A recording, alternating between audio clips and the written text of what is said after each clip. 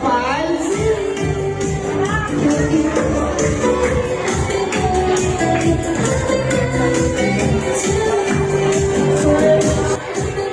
Before blowing your birthday candle, close your eyes, thank God, and pass all the wishes.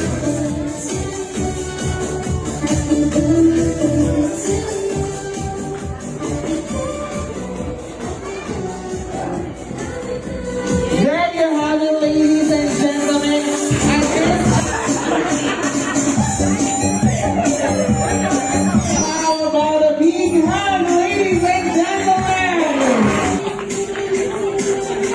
I know marami nang nag-message kay Sir Ernesto, pero at this point in time, yung birthday message mo ang siyang pinakahihintay namin ngayong gabi. Ma'am Annabelle, ano po masasabi niyo sa inyong better half?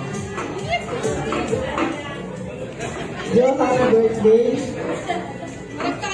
Ang message ko sa iyo ay nagpapasalamat ako sa Panginoon kasi ikaw yung binigay niya sa akin na maging asawa ko. Kasi napakabait mo at malawak ka rin ng pangunawa kahit na nagkakamali ako sa mga desisyon ko. Maraming salamat sa Panginoon. Happy birthday, Jo. I love you.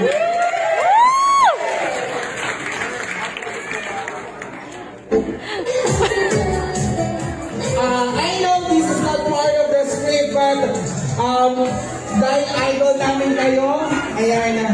Trophy ending, hindi tama po ba? Since we are celebrating not just only life, we are also celebrating love.